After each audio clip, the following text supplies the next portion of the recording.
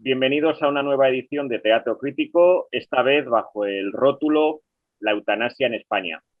Nos ha parecido oportuno dedicar este programa con ocasión de la reciente aprobación de la nueva ley de eutanasia en nuestro país, en España. Dado que se trata de una cuestión muy compleja, vamos a intentar irla abordando poco a poco. En ese sentido, vamos primero a hacer algunas consideraciones generales sobre la ley. Después hablaremos de algunas cuestiones de bioética en general y ya una vez estemos pertrechados con esos principios bioéticos, por así decir, atacaremos los diferentes eh, modulaciones que tiene la eutanasia y analizaremos el problema desde tres perspectivas: una perspectiva ética, una perspectiva moral y finalmente la perspectiva política, que tampoco puede faltar. Con esto en mente, ¿no? Para que se sepa un poco más o menos cómo va a ser el desarrollo del programa, pues hemos de comenzar recordando que la ley de eutanasia ha sido aprobada por el Parlamento español el pasado 17 de diciembre. Bien, y lo primero que uno tiene que decir es que si uno ojea esa ley, le echa un vistazo, pues desde su mismo preámbulo se hace necesaria meter la garra, es decir, hacer la crítica filosófica. Voy a poner aquí algunos ejemplos, ¿no? Para que se vea la pertinencia de la necesidad de entrar ahí a roturar este terreno.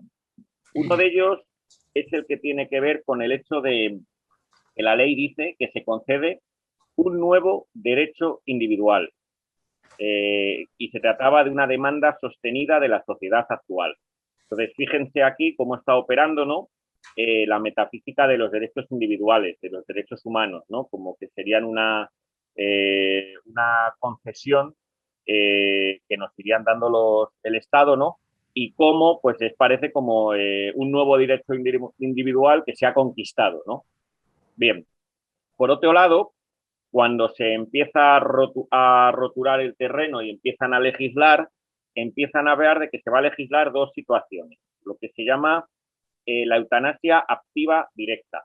Esto tendremos ocasión de entrar más adelante, ¿no? Porque las disquisiciones que suelen hacer los bioéticos habituales es una distinción de la eutanasia entre activa y pasiva. Y como esa distinción es tremendamente oscura y confusa, como tendremos ocasión de, yo creo que más adelante, de desgranar, no vamos a adelantar acontecimientos, pues se ven obligados a matizar la activa a su vez en directa e indirecta, ¿no? Con lo cual aquello ya parece casi una cuestión escolástica, ¿no? Es una distinción totalmente oscura y confusa. Y luego incluso hablan también de que van a legislar el suicidio médicamente asistido. Y claro, ¿en qué sentido un suicidio puede ser médicamente asistido, ¿no? Cuando los médicos por el juramento hipocrático han jurado defender la vida, ¿no? Parece también aquello una contradicción en los términos. Esto que puede parecer, si alguien nos está viendo y no conoce un poco pues lo que es la escuela del materialismo filosófico, pues que nos estamos enredando en las palabras, yo creo que es que no, es que precisamente estas cuestiones van a tener inmediatamente, tienen su repercusión.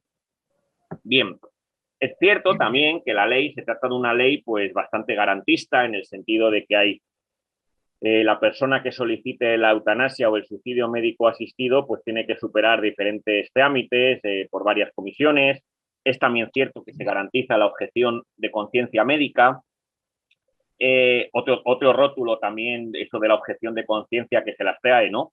En cualquier caso, lo que me interesa señalar es que España parece ser que se suma a una senda marcada por Holanda, por Bélgica, por Canadá y por algunos estados norteamericanos. En eso el campeón parece ser que es Holanda, donde el 4% de los fallecimientos ya son de eutanasia. Y donde la eutanasia allí no solamente se aplica, como aquí veremos, a una serie de situaciones muy concretas en España, tal y como se ha legislado, sino que ahí también está abierta a menores de edad, a personas que tienen enfermedades mentales y donde incluso se está empezando a hablar de que se pueda plantear para ancianos cansados de vivir. E incluso no hace falta pasar por el trámite de una comisión. Claro, no es de extrañar que cuando tenemos esto en mente, pues por ejemplo, la Comisión de Bioética de España emitiera un informe en octubre del año pasado muy crítico, ¿no? Donde se decía que lo que se había hecho era convertir una situación excepcional que afecta a una serie de enfermos muy concretos, tipo Ramón Sampedro, ¿no? Que es el que todos tenemos un poco en la cabeza, ¿no? Pues esa excepción se ha convertido en una prestación del Sistema Nacional de Salud y sobre todo en un derecho. Claro, y lo que apostaba la Comisión de Bioética Nacional de España era por los cuidados paliativos, que sí que serían éticos desde el punto de vista de que los formantes de esa comisión eran fundamentalmente médicos. También alertaban del riesgo de la pendiente resbaladiza, ¿no? Sobre todo cuando estamos en medio de la pandemia por COVID y tal y como está afectado sobre todo a los ancianos. No es de extrañar que, de hecho, hace poco más de una semana, algunos enfermos terminales de ELA, como Jordi Sabate Pons, que pidieron por Twitter, y el presidente del gobierno, Pedro Sánchez, se comprometió a ello, a pedían pues, una ayuda a la dependencia y unos cuidados paliativos en serio, con inversiones, pues que hayan visto que eso ha quedado totalmente estancado, donde la ayuda a la dependencia cuesta muchísimo lograrla, ¿no? Y como que la única solución que se les está dando, se justificaba este enfermo, la única solución que ofrecían el PSOE y Unidas Podemos, pues era la eutanasia, la salida de la eutanasia.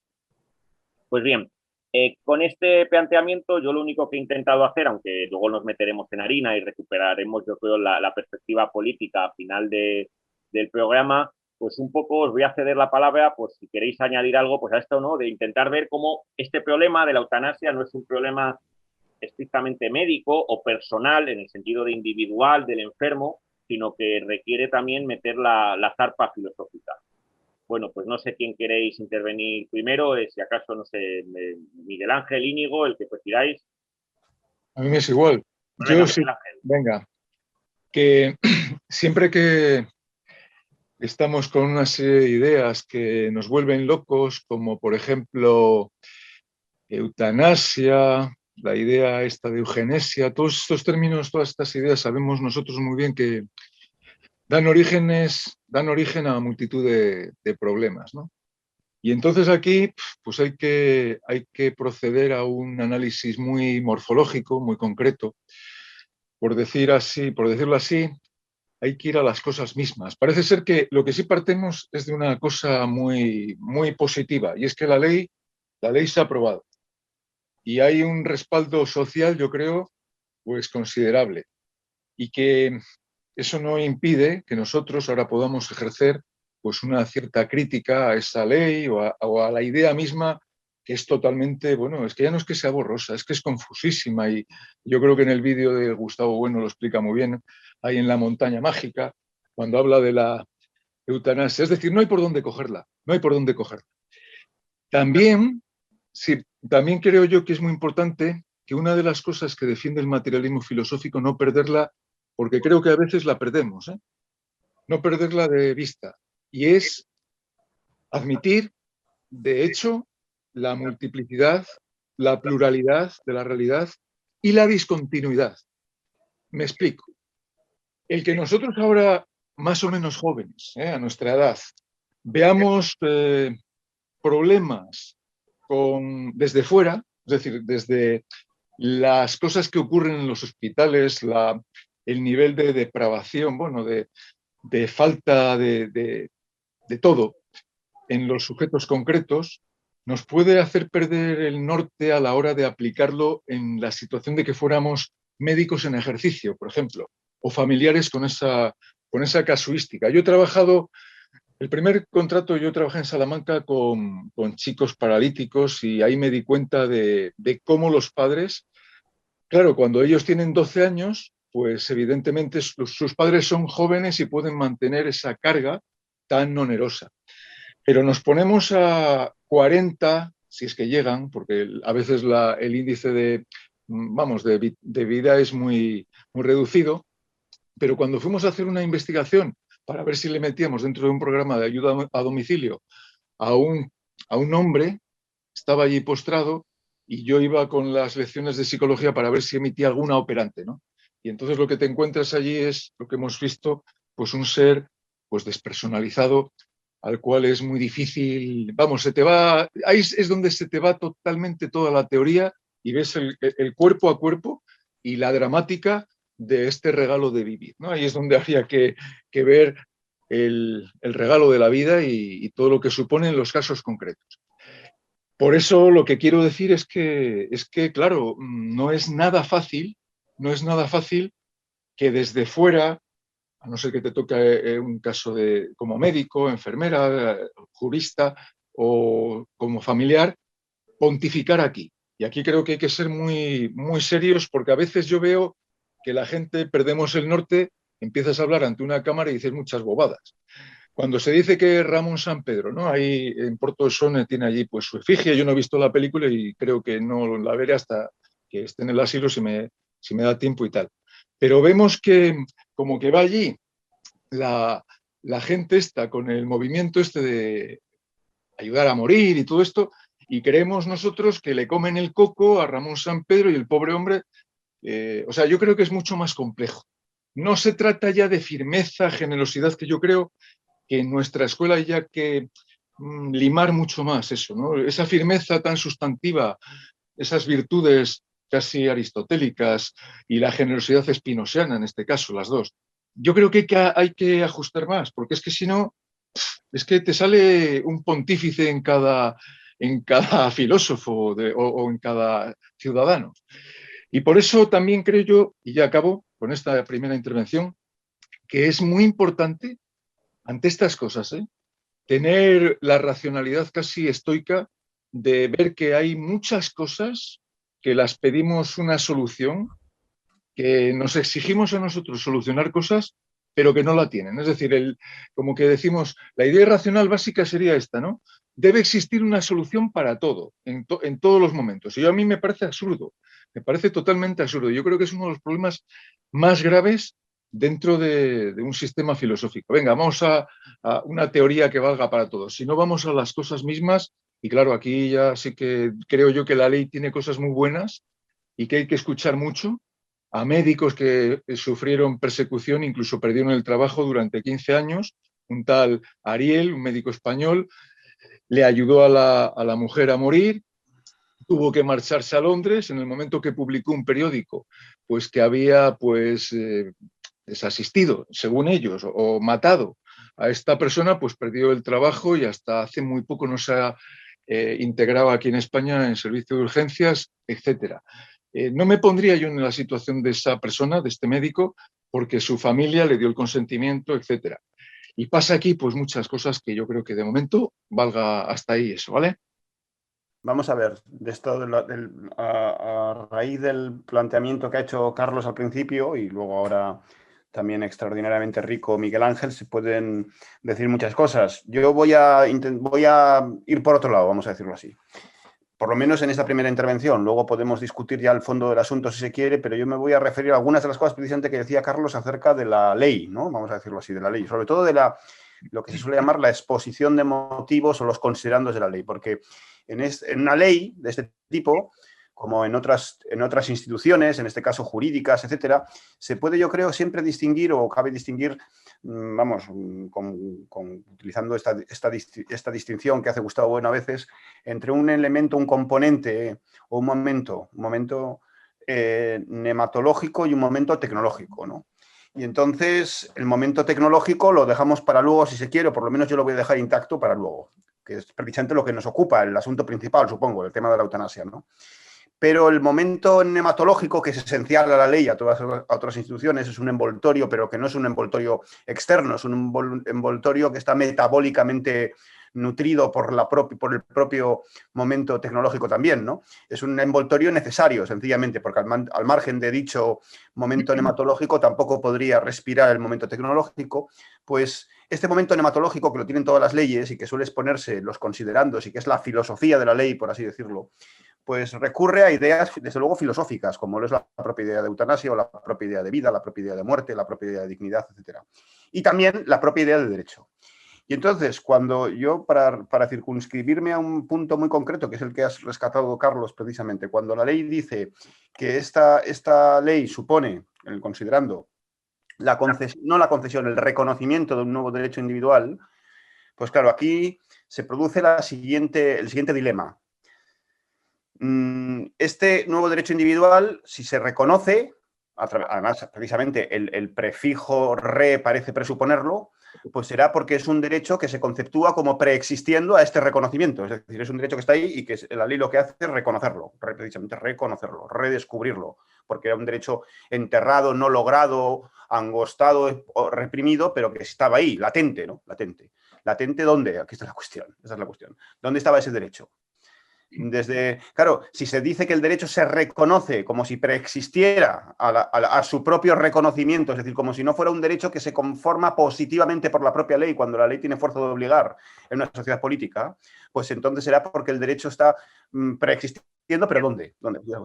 Pues yo creo que aquí flotamos en la atmósfera de la ideología filosófica, por supuesto, de los derechos naturales. Tal y como puede rastrearse, pues, qué sé yo, en un momento singular de la historia del pensamiento filosófico, político, etcétera, pues, por ejemplo, en John Locke, en los dos tratados del gobierno civil de John Locke, donde efectivamente John Locke afirma, ¿verdad?, que hay derechos naturales, entre otros, pues, el derecho a la vida, a la propiedad, etcétera, etcétera.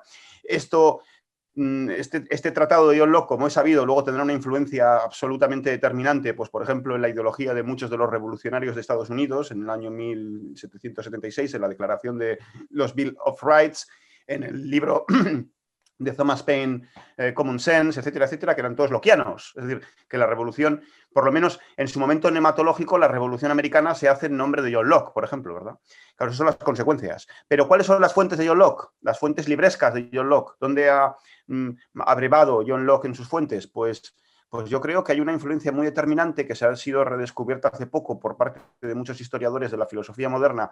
Concretamente estoy pensando en una tesis doctoral que se defendió hace unos años en la Universidad de Navarra, pero en fin, que aquí cabe decir eso de la verdad es la verdad, la diga Agamenón o su porquero, de que estos derechos naturales a John Locke, ¿de dónde le vienen? Pues le vienen de la escolástica, sobre todo a través de Suárez, que era un autor muy popular en Inglaterra, aunque luego lo prohibieron, como es sabido, etcétera, ¿no?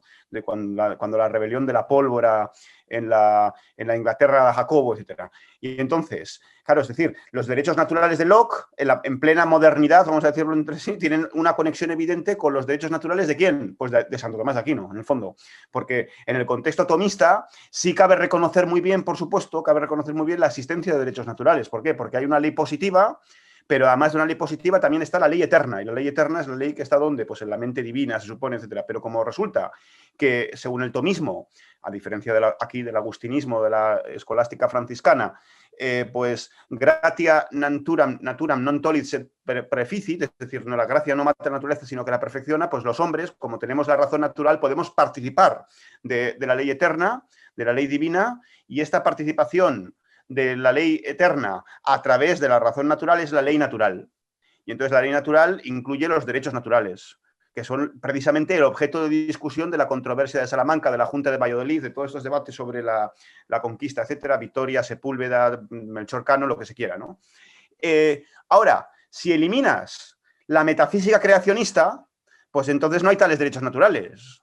Los derechos son todos positivos, son derechos jurídicos. Y entonces el considerando de la ley es un considerando que, sin perjuicio de provenir de un parlamento mayoritariamente socialdemócrata, sin embargo está envuelto en una metafísica que tiene una metafísica sencillamente trasunto de la metafísica tradicional ontoteológica. Y yo creo que eso es demasiado, vamos, desde un punto de vista materialista eso no se puede admitir.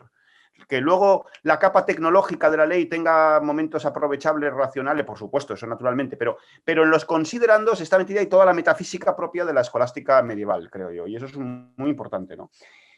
Claro, luego está, por supuesto, la opinión que ha merecido el Comité de Bioética en España. Aquí también habría que decir que el Comité de Bioética en España tiene un nombre que está muy mal puesto, porque bioética no hay una, sino hay muchas. Entonces, estos expertos parece que se intitulan expertos en una ciencia que tampoco existe como tal unidad sustantiva, ¿no? Como si dijéramos el Comité de Termodinámica o el Comité de Cristalografía y el Comité de Bioética, pues no es lo mismo. Nosiológicamente no están dadas a la misma escala estas disciplinas, ¿no? Y entonces bioéticos hay de muchos tipos, de muchos cortes, según sean, por supuesto, los propios principios de los que se parten, ¿no? Y entonces, eso por otro lado, ¿no?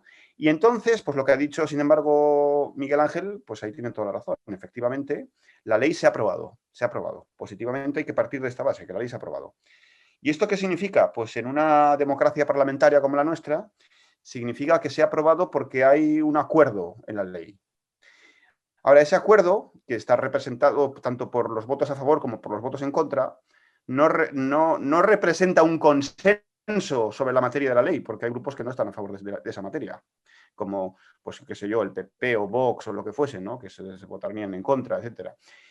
Por muchas razones, acaso por razones también viciadas, ¿eh? Yo aquí no estoy haciendo una defensa de unos ni de otros, ¿no? ¿Acaso el PP y Vox, cuando no estaban en consenso con la materia de la ley, lo estaban por razones que son tan erróneas o tan metafísicas como los de la favor, ¿no? Pero no hay consenso. Lo que hay es acuerdo sobre qué, sobre el propio procedimiento de pasar la ley en el Parlamento, que permitirá al PP, los dioses mediante, pasar sus propias leyes cuando tengan mayoría ellos. Esto es el consenso democrático. Eso es lo que explica que la ley se haya pasado. Se ha pasado por esta razón, por un mecanismo de acuerdo sin consenso. Pues, si os parece, rescato dos cuestiones que habéis dicho que me parecen muy interesantes. Una es la que ha planteado Miguel Ángel, ¿no? De que la realidad es múltiple, muy heterogénea, ¿no? Y en ese sentido yo creo que cuando empecemos a ver un poquito más adelante los tipos de eutanasia, yo creo que se verá la casuística, ¿no? Que desde pues, nuestras coordenadas se distinguen muchos casos.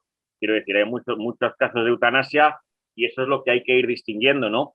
Y que, claro, no es lo mismo, qué sé yo, una persona como Ramón Sampedro, que era un ser personalizado, que podía ver, que podía comunicarse, que, qué sé yo, el caso que tú ponías, Miguel Ángel, por ejemplo, de un enfermo prácticamente que no podía ni comunicarse ni nada, es decir, que ya estaba totalmente despersonalizado, ¿no? Pero bueno, eso lo iremos viendo, ¿no? Que efectivamente tenemos un material muy complejo, ¿no? Con muchísimas situaciones y circunstancias, ¿no? Y que la doctrina que pueda levantarse sobre eso, pues tiene que intentar hacer justicia a la complejidad fenoménica que se esté tratando, claro.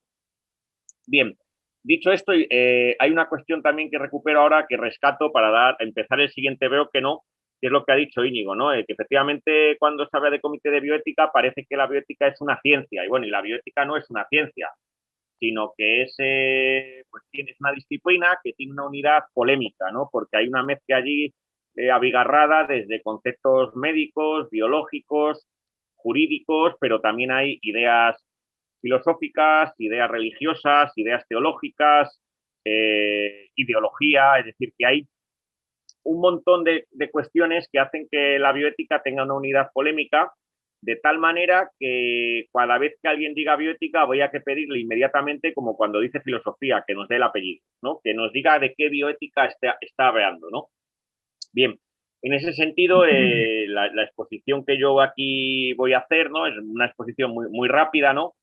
Para que cuando luego procedamos al análisis, pues por lo menos se vea un poco desde dónde estamos trabajando, ¿no? Porque si no parecería como que estamos discutiendo en cada uno desde su punto de vista, ¿no? Entonces es una cuestión de poner un poco las cartas sobre la mesa, por lo menos para que se discutan los principios que vamos a decir, ¿no?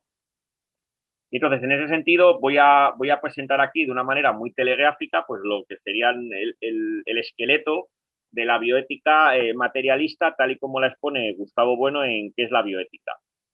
Bien, esa bioética materialista se organiza básicamente, podemos simplificando muchísimo en torno a dos principios. Hay que decir que los principios suelen ser abstractos, ¿no?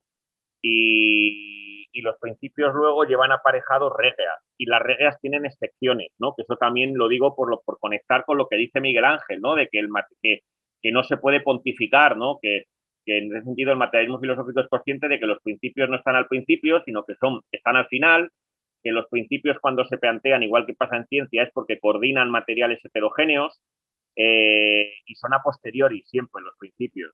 Y de esos principios hay también en relación con ellos unas reglas, pero las reglas, ya digo, admiten excepciones, ¿no?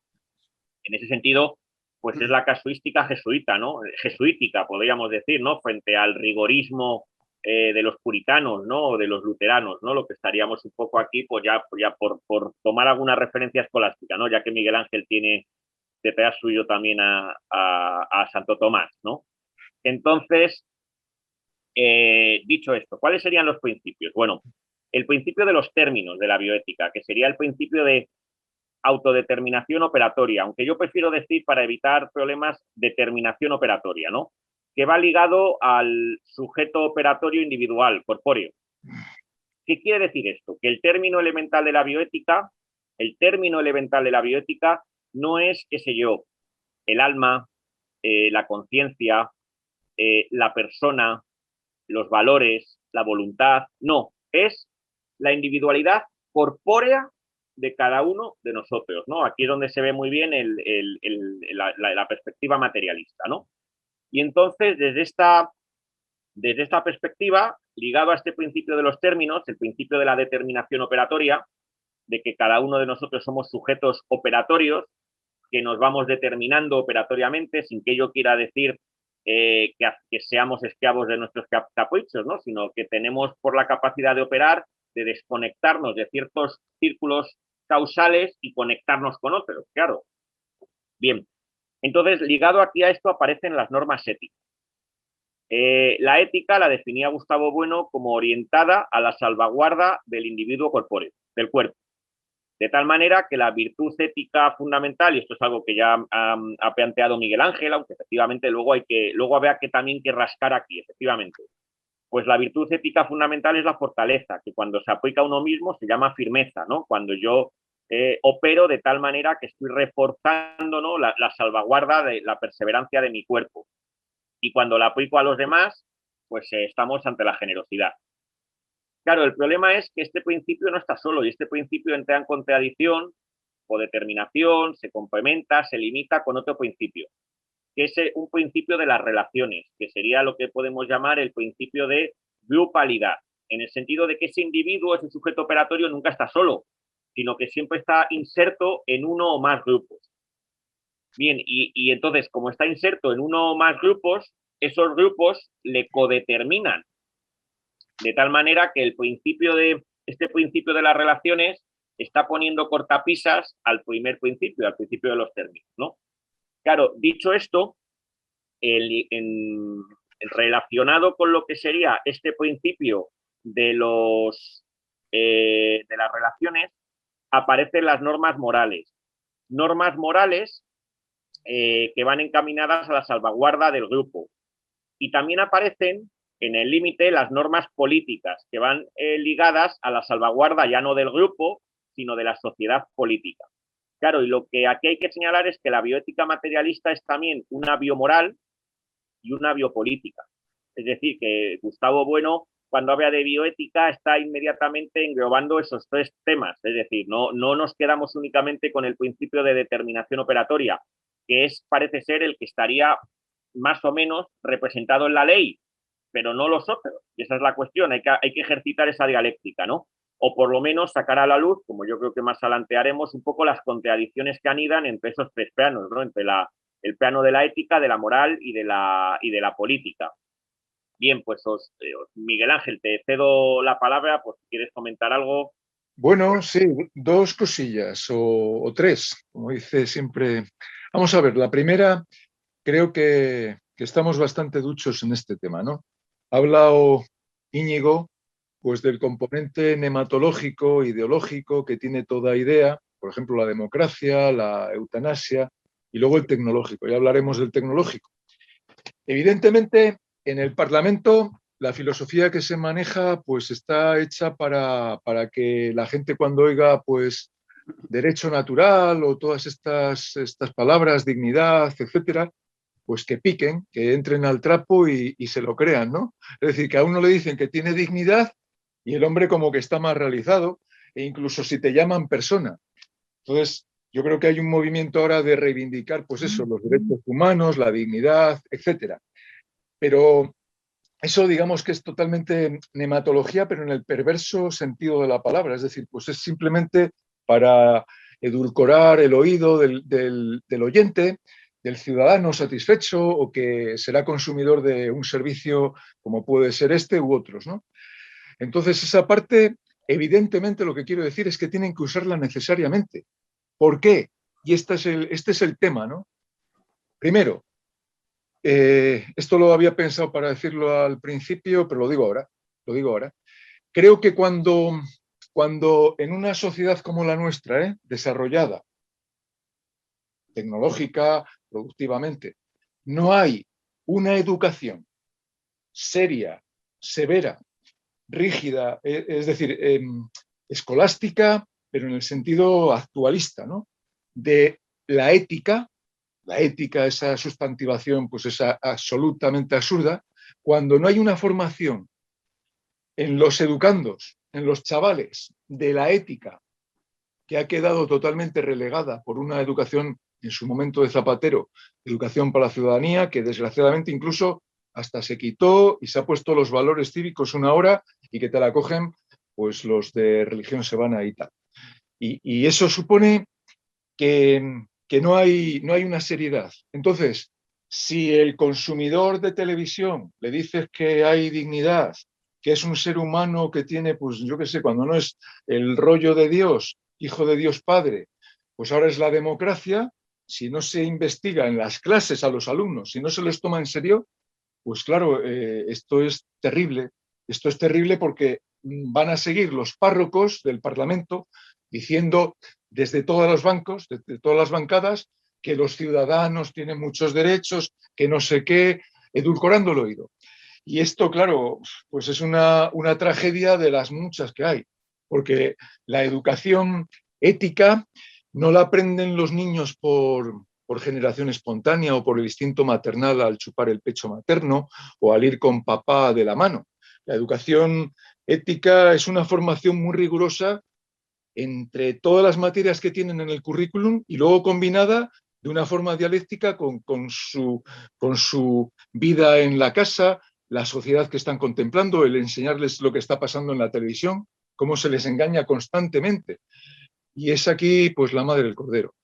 Por lo tanto, pues mientras esto no siga así, mientras los educadores no tengan la voluntad, vamos a decirlo en estos términos tan poco apropiados, de exigir, y los padres, una formación ética, una formación ético-política, y que ahora solo queda, pues, antes decía Ciudadanos, la Constitución, ¿no? A enseñarles la gramática, cuando la vida es mucho más importante, la lengua es mucho más importante que la gramática, etcétera.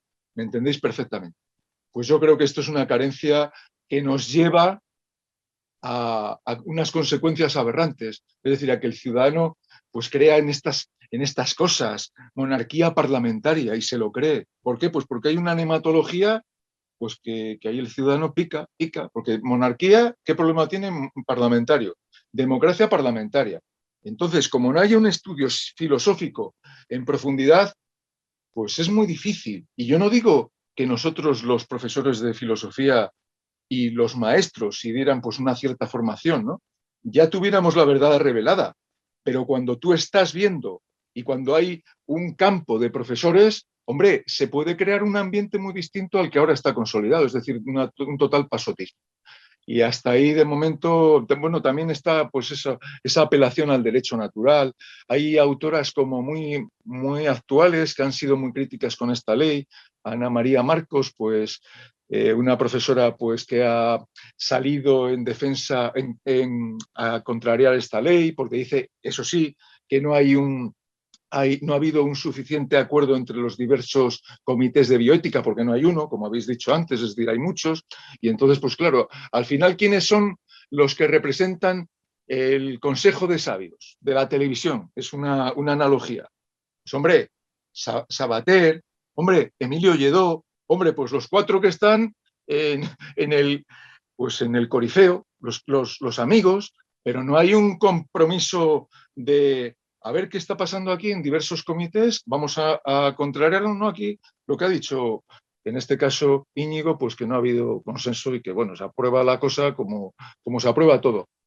Ordeno y mando, es decir, una democracia que se lo quiera creer la democracia, que se lo crea, ¿eh? Perfecta, es la democracia perfecta de los de Ciudadanos, que dice que los otros lo niegan e incluso los otros creen que la va a haber un día. Ya recordemos a Íñigo Errejón que decía que más democracia y democracia real cuando estaba ahí con la pancartita. Entonces, pues no hay seriedad. Y si no hay seriedad, pues no hay nada que hacer. Lo único que podemos hacer es eso, pues pedir que igual que pues hay destacados parlamentarios que pedían las matemáticas con más seriedad en el Parlamento, que se lo tomen muy en serio, que la ética no es broma, a no ser que queramos hacer el cerdo satisfecho de Stuart Mill. Y entonces no hay problema, ¿eh? Hasta ahí, de momento. Muchas gracias. Sí, y Stuart Mill todavía prefería al Sócrates insatisfecho. Sí.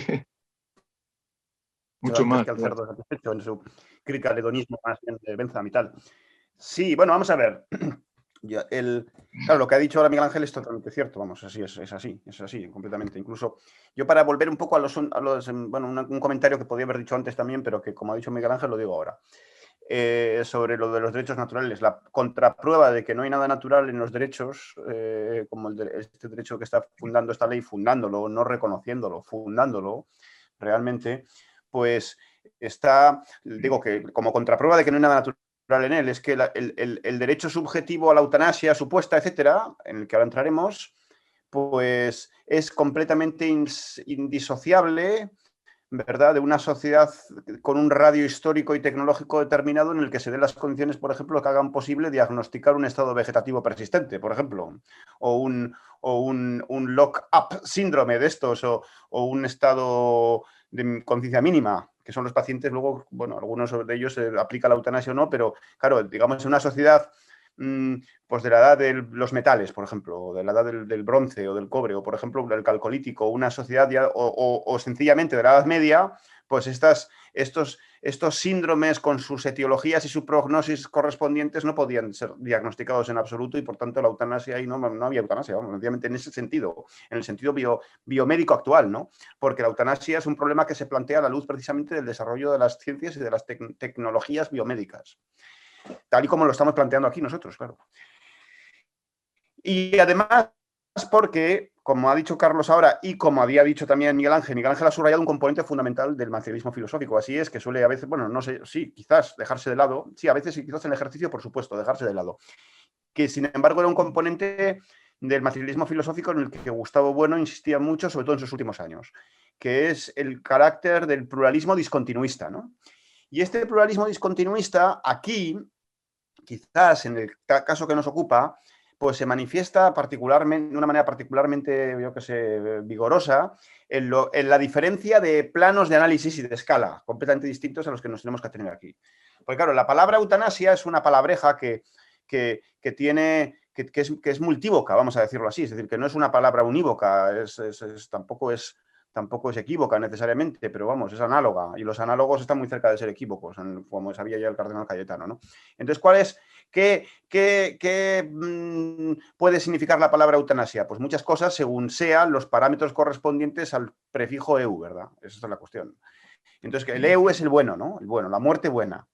Ahora, resulta que lo del bueno o no bueno, por supuesto, esto es una valoración axiológica que se bifurca en 1000 planos distintos según sea la escala de análisis o la perspectiva. Y entonces hay un bien y un mal ético, y entonces pues la eutanasia desde el punto de vista de la bioética estricta, pues que tampoco hay muchas, una, sino muchas, etcétera, pues sería una cosa, pero luego hay biomorales, está el bien moral y el mal moral, y luego está el bien político y el mal político, la eutasia o la distaxia de una sociedad política correspondiente que está enfrentada a otras necesariamente, igual que los grupos morales están enfrentados también a otros, etcétera. Y luego está el bien incluso estético, por ejemplo, el bien estético.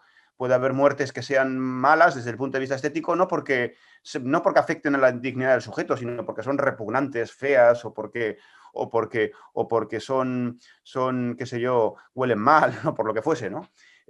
Bueno, en principio todas las muertes huelen mal por la citolisis, ¿no? En realidad, pero en fin, por razones histológicas y etcétera.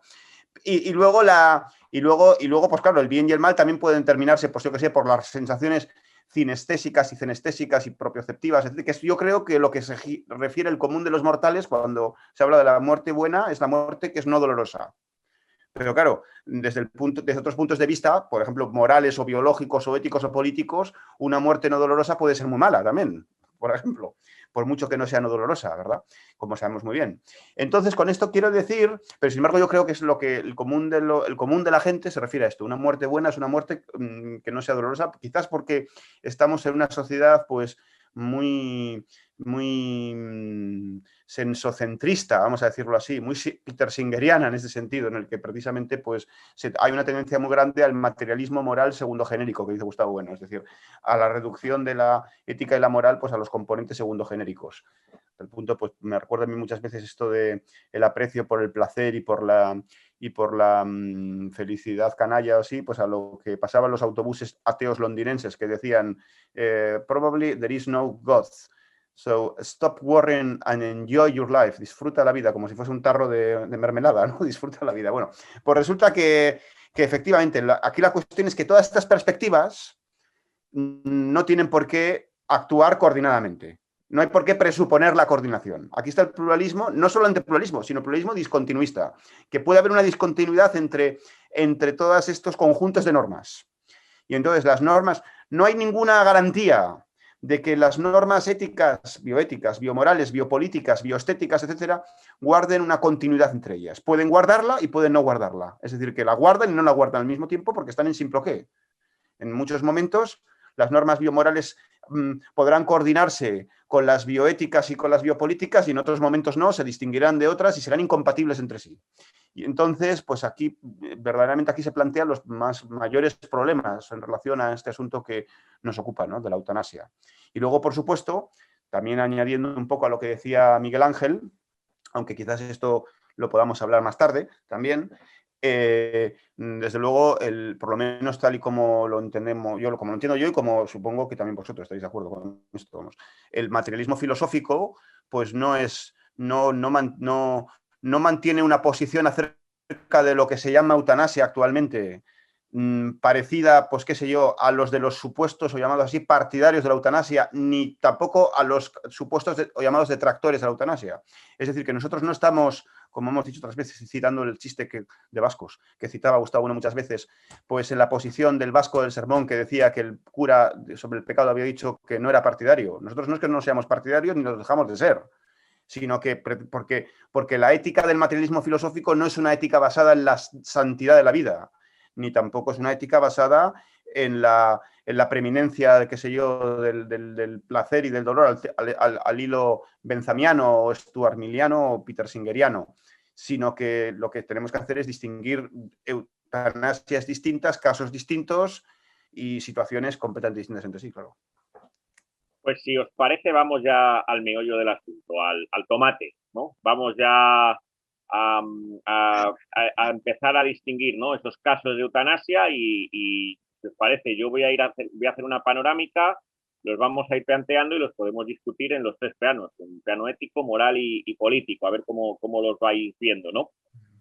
Claro, lo primero que quiero decir es que la distinción que vamos a hacer de los casos es una distinción que es la que plantea Gustavo Bueno y el materialismo filosófico, que a mí me parece muchísimo más rica que la que se plantea habitualmente. Habitualmente, ha cristalizado distinguir la eutanasia de dos tipos. Pasiva, que es cuando se decide no prolongar la vida, pues por ejemplo, no conectar a un respirador a un paciente que está muriendo.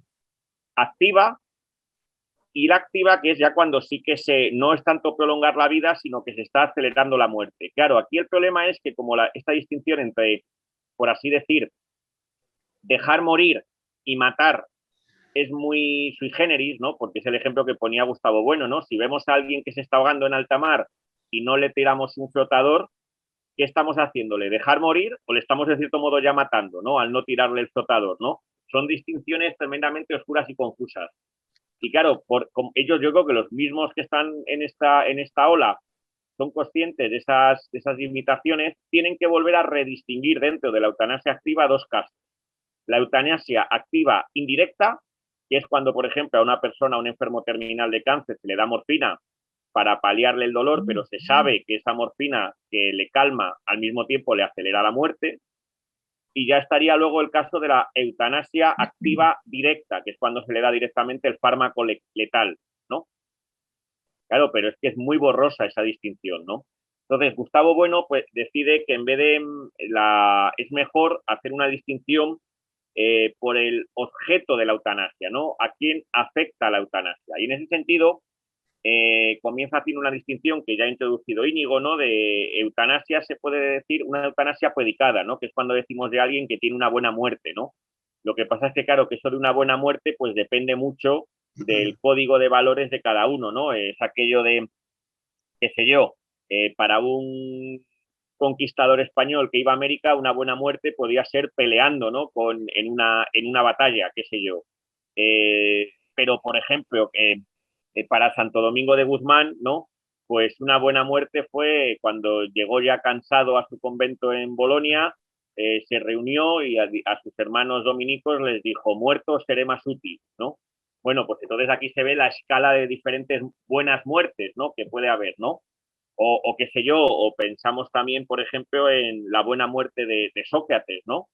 Entonces, quiero decir que ahí hay un cierto relativismo en lo que cuando decimos de algo que ha tenido una buena muerte, ¿no? Como ha dicho Íñigo. Ahora bien, la distinción que es interesante es lo que se llama la eutanasia operada. Y dependiendo de quién ejerza y sobre qué ejerzan esas operaciones, hay varios casos, ¿no? Cuando las operaciones que conducen a la muerte las ejerce uno mismo, estaríamos ante el suicidio. Claro, aquí es el primer caso que hay que plantear. Es curioso porque el término suicidio se empieza a popularizar gracias a Caramuel, a Juan de Caramuel, que lo traduce del latín.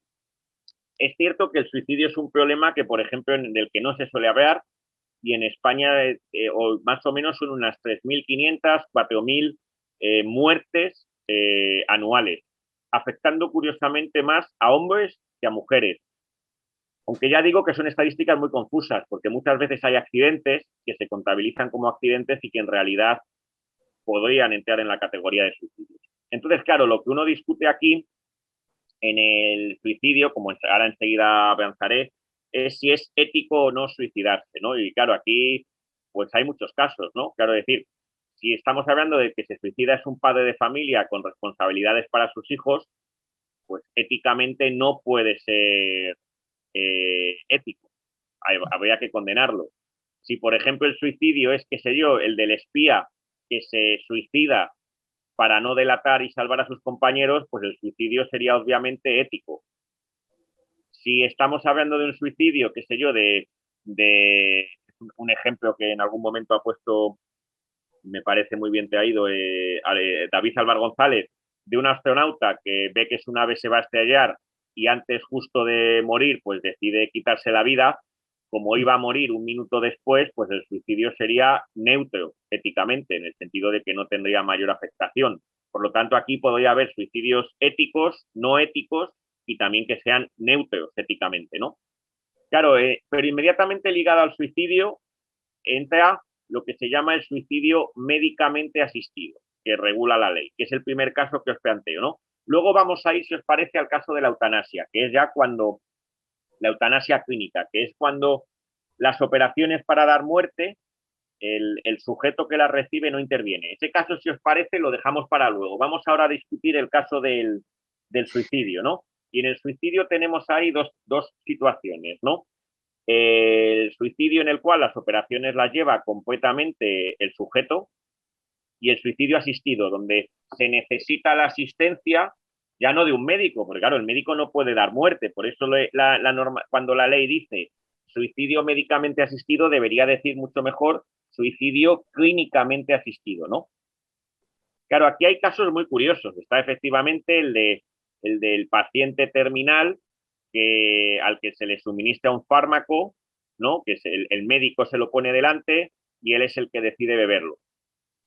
Pero también está el caso que hemos visto hace no mucho de la niña Noa Pozoven en Holanda, que desde que desde su más tierna edad, pues lo que quería era acabar con su vida. Y al final lo consiguió. No, lo consiguió no de una forma que el Estado se lo diera, ¿no? Sino al final con unas ciertas, pues con el apoyo de la familia, etcétera, ¿no? Claro, aquí lo que estamos diciendo es que, y esto es una cosa que hay que aclarar, no estamos, como si dijéramos, conculcando desde una perspectiva, por así decir, religiosa el suicidio, como si la vida fuera sagrada. No, es decir, si uno tiene las fuerzas suficientes para suicidarse, que se suicide. Lo que estamos discutiendo es si es ético o no es ético. Es que ese es el asunto, ¿no?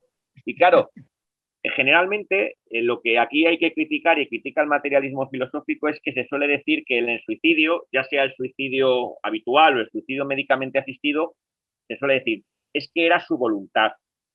Claro, pero es que eso de la voluntad, como si fuera algo que saliese de dentro de ella. pero hasta qué punto esa voluntad no estaba determinada por una situación de sufrimiento o qué sé yo, o una enfermedad mental, o una situación de agotamiento donde a lo mejor si hubiera una alternativa en cuidados paliativos, en ayuda a la dependencia, esa persona podría optar por esa alternativa y no por el suicidio médicamente asistido. Claro, esta es la cuestión, ¿no? Dicho de otra manera, que la voluntad de una persona no legitima su acción, porque puede estar determinada por las condiciones de sufrimiento en las cuales está envuelta. Con lo cual, no, apelar a la voluntad pues no encubre más que una metafísica que no explicaría nada, ¿no? Entonces habría que ver muy bien caso por caso, ¿no? Entonces, os planteo esta primera situación, ¿no? La del suicidio, que es una situación que ya estamos viendo que hay muchos casos, ¿no? Para ver cómo la veis. Miguel Bueno, Ángel. pues, sí, pues a la pregunta, como has dicho tantas cosas que ya digo, a ver dónde va a poner la pregunta. Con respecto a una de las cosas que has dicho, por ejemplo, ese padre de familia que teniendo responsabilidad se suicidase, ¿no?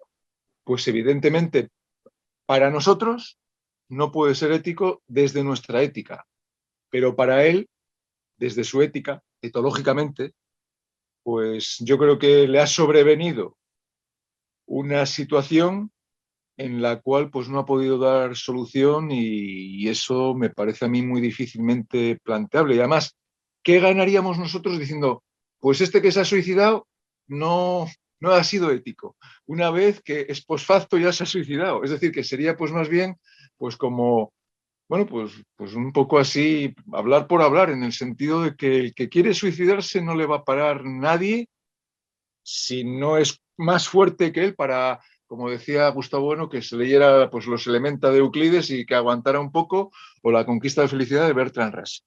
Pero claro, Pero creo Miguel yo... Ángel, te interrumpo. O sea, que si quiere Sí, suicidarse, estoy de acuerdo. El argumento que tú has dado sí, es efectivamente porque no hay una ética. No hay muchas, claro, efectivamente. sí, Entonces claro. depende de los principios éticos. Pero claro, lo que yo creo, el problema que le veo es que si quiere suicidarse, que se suicide, pero que no pida la ayuda del Estado. Ah, sí, Claro, claro, claro. de Es los que eso demás. ya... Bueno, y Eso luego ahí otra es donde cosa, ya luego entramos. otra cosa ahí también, si me permitís, Sí, terciar aquí, de cierta importancia quizás. Si quiere suicidarse, claro, ese querer, ¿no? Que nos remite Claro. a la voluntad, efectivamente. Claro, yo aquí me quiero acordar de algo que dice Spinoza sobre el suicidio, precisamente. Claro, del análisis de Spinoza se deriva, y él mismo lo deriva, que nadie se suicida en realidad, porque el sui, ese reflexivo sui, tú no te suicidas, ¿verdad? No eres tú el que te suicidas, son las circunstancias que naturalmente están absolutamente determinando tu voluntad las que te llevan a suicidarte. Eso es lo que dice Spinoza la ética, ¿no? De manera que, por ejemplo, según decir, por ejemplo, San Isidoro de Sevilla, una etimología muy bonita que se inventa, por supuesto, vamos, inventada por completo, ¿no? Cuando está repasando las etimologías, dice Séneca, quia se necavit, porque se mató a sí mismo. Claro, es mentira, ¿no? Porque antes de matarse a sí mismo ya se llamaba Séneca, pero bueno, bien. Pero así dice, quia se necavit. Es muy ingenioso, pero más falso que Judas, vamos. Entonces, pero no es según haciendo aquí un análisis spinosiano, no es él mismo el que se mató. Son pues los determinantes causales, por supuesto, ¿verdad? Que han conducido a la formación de esa voluntad completamente desde el exterior, porque si no la voluntad se entiende de una manera, no se entiende, ¿eh? Nos vamos al voluntarismo escotista, donde efectivamente pues es la voluntad proviene pues de la nada prácticamente, ¿no?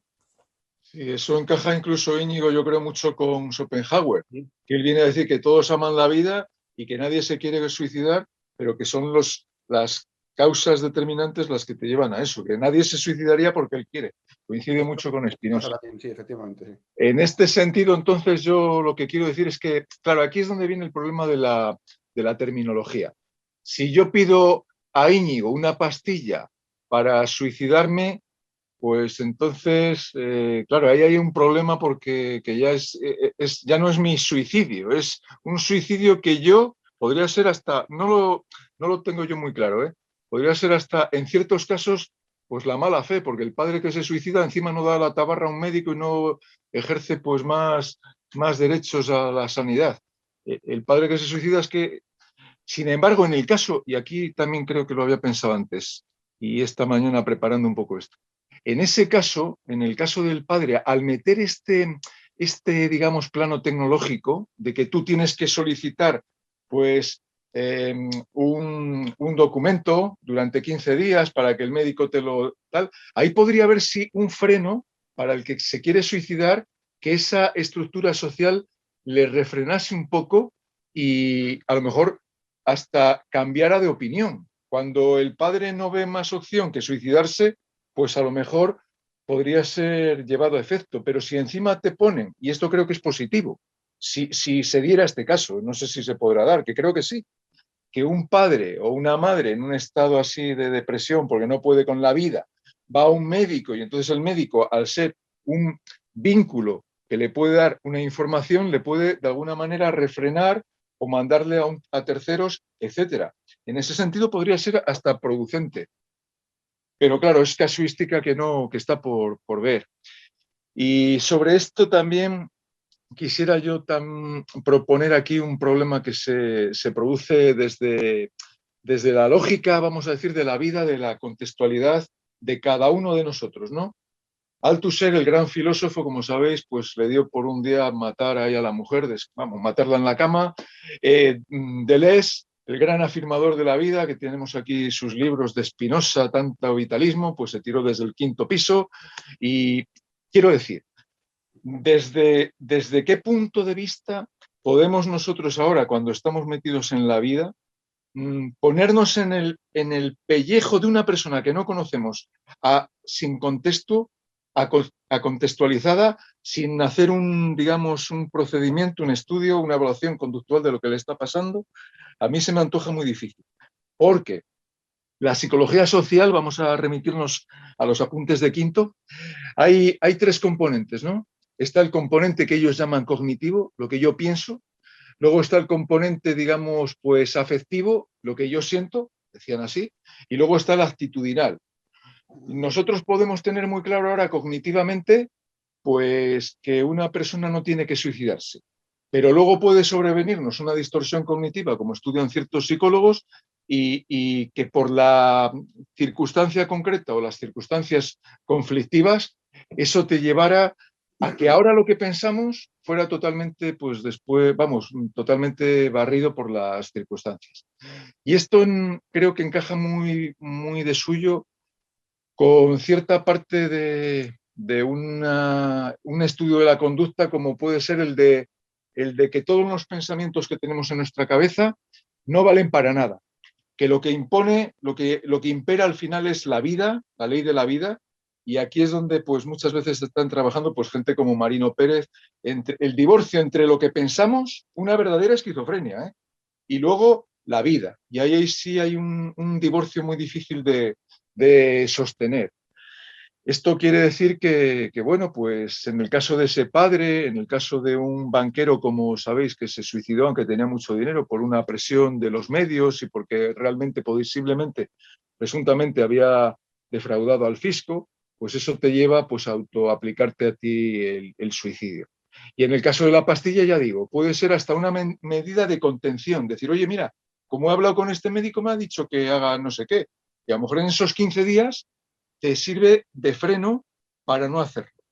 En cualquier caso, creo que un padre que se suicida o una madre con eso, pues responde a imponderables muy difíciles de nosotros poder dar cuenta, a no ser en el estudio de la sociedad, digamos, tan a veces llena, y esto creo que estamos de acuerdo, de individuos flotantes en un contexto más bien comunitario, como ha defendido pues, Juan Bautista Fuentes Ortega, etcétera, en el sentido de una sociedad en la cual estás en las ciudades totalmente despersonalizado, tienes tu trabajo, tienes tu éxito, pero luego no hay unas relaciones familiares que te lleven a que, aunque fracases en el trabajo, tengas otros, digamos, más que valores, otros apoyos. Y las redes familiares son importantísimas en estos contextos. Hasta ahí. Pues yo 3 cosas muy rápidas. En primer lugar, me ha hecho recordar Miguel Ángel con estos ejemplos de filósofos ilustres, para decirlo así con terminología clásica, ¿no? De Diógenes Laercio.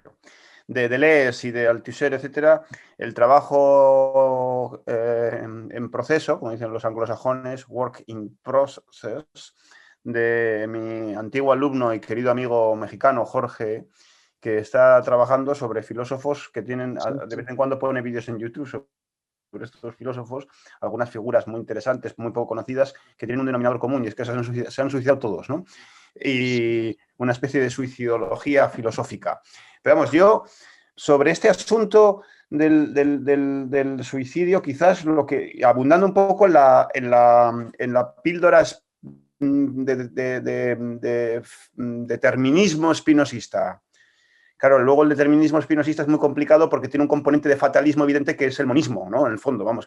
Y aquí nos tenemos que distanciar de Spinoza en ese punto, por lo menos, al no ser que hagamos una reinterpretación de Spinoza como la que hizo Miguel Peña. Pero bueno, entonces, alejándonos del elemento fatalista, ¿no? Pero el determinismo spinosiano sobre el suicidio, creo que cuando uno analiza, y este punto, por ejemplo, yo creo que lo han enfatizado en algunos trabajos David Álvaro González, precisamente, las estadísticas anuales de gente que se suicida en las diferentes sociedades políticas de nuestro entorno, ¿no? Bueno, quiero decir, de nuestro radio, europeas y americanas, etcétera. Resulta que efectivamente las similitudes y los patrones estadísticos entre grupos demográficos, grupos de género, grupos sociales, etcétera, son tan grandes que esos mismos patrones estadísticos dan ciento y raya a cualquier análisis del suicidio que se base en la libertad, en la voluntad y en todo ese tipo de cuestiones. Eso es evidente, ahí no hay hay un determinismo causal absoluto, vamos. Y entonces, desde este punto de vista, claro, no se trata aquí, por supuesto, de decir que el que no se quiere suicidar, que no se suicide, porque como ha dicho Miguel Ángel, sería en vano, sería güero pretender eso, ¿no? Pero lo que sí se trata es de determinar no tanto el suicidio individual, sino, por así decirlo, sino el suicidio asistido, como se dice ahora, ¿no? Y entonces, el suicidio asistido, por lo menos desde la perspectiva de la gente que está ayudando a suicidarse, cuando sobre todo esta gente es un médico, por ejemplo, pues claro, esto plantea problemas fundamentales relativos a la naturaleza esencialmente deontológica, ética de la actividad médica. Y entonces, desde la norma, porque claro, la medicina no es una ciencia, es una tecnología. Y aunque la medicina no es una ciencia, pero es científica, a su vez, por lo menos la medicina llamada occidental, que no es occidental ni nada, es universal en el fondo, ¿verdad? ¿Por qué? Porque está, como tal tecnología, está basada no en una ciencia, en múltiples ciencias, en la biología molecular, en la fisiología, en la neurofisiología, en la histología, en la citología, muchas ciencias, ¿no? Muchas ciencias distintas, en la psicología. Y entonces, un médico es un tecnólogo cuya actividad está definida justamente por una norma. ¿Cuál es esta norma? La norma es la transformación de un organismo sano, de un organismo enfermo en un organismo sano, o de un organismo sano en un organismo sano, la medicina preventiva. Y las transformaciones inversas están prohibidas por esta misma norma médica, aunque desde el punto de vista tecnológico a un médico le resultaría evidentemente muy fácil convertir a un organismo sano en un organismo enfermo, o en un cadáver. Pero muy fácil, vamos, facilísimo. La prueba está en el doctor Mengele, ¿no? Que lo fácil que le resultaba. Claro, el doctor Mengele es un pseudomédico. Es un pseudomédico, ¿por qué? No porque carezca de conocimientos médicos, que se lo presuponemos, sino porque en sus operaciones no están ejecutadas en función precisamente de la norma deontológica que da unidad nosológica a la medicina, ¿no? Y entonces, esta norma, en principio, prohíbe la ayuda al suicidio, eso por supuesto. Es decir, que desde el punto de vista de un médico, el paciente que le venga y que le diga que el doctor me quiero suicidar, pues lo primero que tiene que hacer es decirle que no lo haga y además ponerle en manos, si se puede, de un psiquiatra. Y el psiquiatra, pues aunque sea a base de neurolépticos o lo que fuese, pues ya le quita los ánimos de suicidarse. Y entonces, pues yo creo que... Entonces, la pregunta, ¿el suicidio asistido por un médico es ético? Pues desde el punto de vista de la ética médica, en absoluto, no lo es nada, no puede serlo. No puede serlo. Y luego otra cosa, ahora ya otro tema distinto, ¿no? Bueno, por supuesto vinculado de los casos citado Carlos. La distinción entre eutanasia activa y pasiva es una distinción de razón, que diría lo escolástico. Es un ens rationis. Porque además muchas veces, tal y como se aplica, ni siquiera tiene sentido aplicar los términos activo y pasivo, que son términos también aristotélicos, por otro lado, son dos de las categorías, ¿no? del ser, ¿no? La acción y la pasión, ¿no? Vamos a ver. Cuando, por ejemplo, se entiende por eutanasia pasiva, como se entiende de hecho, desconectar a un enfermo terminal de un respirador, la acción de desconectar no tiene nada de pasivo, es completamente activa. Es una operación quirúrgica efectuada con las manos. y que forma parte de la industria humana que, como decía el canciller Bacon, consiste en aproximar y apartar cuerpos. Desconectar un aparato es totalmente activo, vamos, no tiene nada de pasivo, sencillamente. No es abstenerse de actuar, es actuar, realmente, ¿no? Es actuar. Y eso se llama eutanasia pasiva, pero es un abuso de los términos, realmente. Y, por supuesto, en otras ocasiones en las que la famosa pasividad es omisión, pues también es un abuso de los términos por las razones que ha dicho Carlos muy bien, ¿no? Porque a veces omitir actuar tiene las mismas consecuencias que actuar, ¿no? Y luego, por último, también me ha hecho mucha gracia lo de me ha hecho gracia, en cierto modo, lo que llaman ahora en sustitución, yo eso no lo sabía muy bien, la eutanasia pasiva directa, activa directa, Activa directa e indirecta. La indirecta, ¿por qué? Pues porque al enfermo se le somete a un tratamiento, por ejemplo, de morfina, que se sabe que va a tener como consecuencia causalmente la muerte del paciente, pero sin embargo, pues no se hace por eso, ¿no? Eso me recuerda pues a lo que decía un poco el padre Vitoria en las relecciones de Indias. Dice, es lícito, duda octava, ¿no? ¿Es lícito matar a los inocentes en una guerra? Y dice, pues sí, cuando no es de intento, porque las muertes se producen per accidens, un poco las bajas colaterales de las guerras actuales, ¿no? Más o menos. Pues si os parece, vamos ahora. Hemos tratado el tema de cuando en el caso de la eutanasia operada, las operaciones las lleva, interviene el propio sujeto, ¿no? que recibe esa eutanasia, ¿no? Ya bien sea porque las lleva él solo o las lleva con asistencia clínica, ¿no? Diríamos, ¿no? Bien, vamos ahora al momento en el cual las operaciones son totalmente externas al sujeto que recibiría la eutanasia, ¿no? Aquí, bueno, me parece que es uno de los grandes aciertos de Bueno, es que la distinción, ya digo, no es esa distinción, como bien ha dicho Íñigo, pues casi de razón entre entre activa y pasiva, directa e indirecta, sino que Bueno distingue la eutanasia de dos tipos, dependiendo de si afecta a un individuo únicamente o a una persona. Vamos a ver, aquí ya tengo que hacer una pequeña exposición para que la gente que nos esté escuchando, que a lo mejor no esté versada en el materialismo filosófico, lo entienda, ¿no? Bueno, a ver, la idea de individuo va ligada al cuerpo, a lo que hemos hablado, la individualidad corpórea operatoria. En ese sentido, los individuos pues nacen y mueren. Bien, y va ligado, ya digo, al cuerpo. El problema es que la idea de persona es una idea que se construye fundamentalmente en un entorno social, en una matriz social. Por lo tanto, la idea de persona, la persona se constituye con posterioridad al nacimiento del individuo. Pero también puede ser que la persona desaparezca o la persona fallezca, ¿no? Con anterioridad a la muerte biológica del individuo, que ese es el caso que vamos a tratar. A mí aquí hay un problema que os confieso siempre cuando abordé este tema con más detalle en aquel curso en Santo Domingo de la Calzada, con aquella charla del aborto y la eutanasia en el estado de bienestar, siempre me suscitó un problema y es una pena que no lo hubiera podido plantear al propio Bueno, ¿no? Pero bueno, os lo planteo aquí y es la siguiente, ¿no?